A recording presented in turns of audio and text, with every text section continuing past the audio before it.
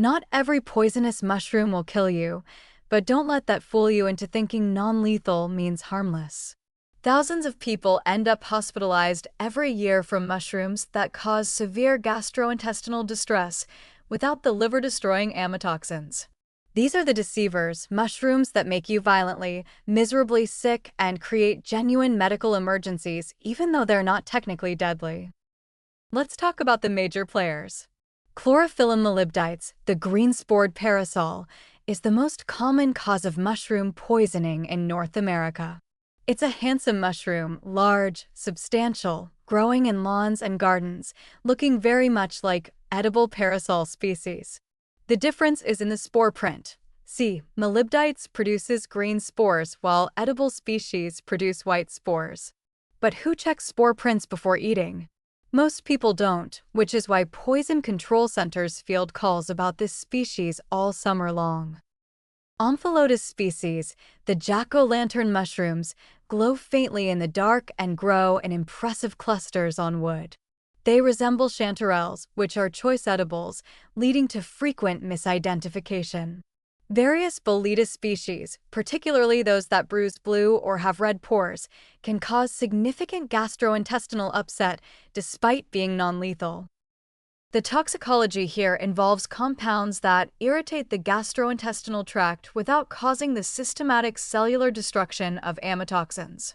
These mushrooms contain various chemicals, some not fully characterized, that trigger severe vomiting, explosive diarrhea, and intense abdominal cramping. The symptoms are brutal and last for hours or even days. Why do these poisonings matter if they're not fatal? First, severe dehydration from violent vomiting and diarrhea is a serious medical condition. Patients often require fluid replacement.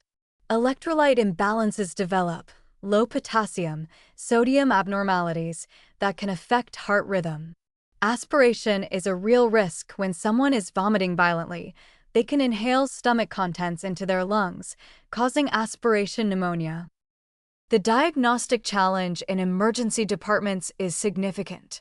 When someone presents with gastrointestinal symptoms after eating mushrooms, physicians can't immediately know whether they're dealing with a simple GI toxin or early-phase amatoxin poisoning.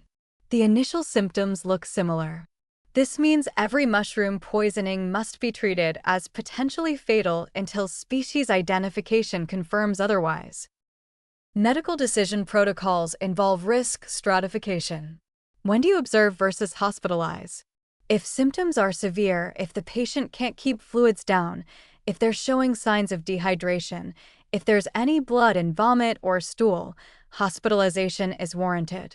Endoscopy might be needed if bleeding occurs to assess whether the GI irritation has caused ulceration.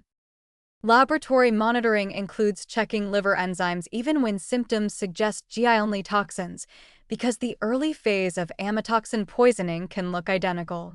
Serial enzyme measurements over 24 to 48 hours help distinguish between mushroom types.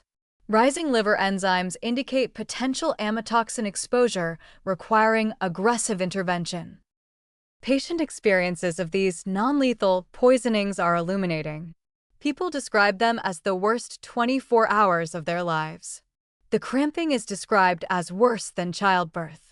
The vomiting is relentless. You can't keep water down, can't sleep, can't find any position that provides relief. You're weak, dizzy, afraid you're dying even though medical staff assure you you'll survive. Here's the perspective shift needed. Just because a mushroom won't kill you doesn't mean it's remotely safe to eat. The suffering these species cause is extreme. The medical costs are substantial. The lost work time, the physical misery, the fear during the experience, all of this from mushrooms people thought looked edible. The broader lesson is that mushroom toxicity exists on a spectrum. Yes, amatoxins are the worst, the ones that kill. But plenty of species will make you desperately sick without killing you, and that distinction provides little comfort when you're in the emergency department wishing you'd never seen that mushroom in your yard.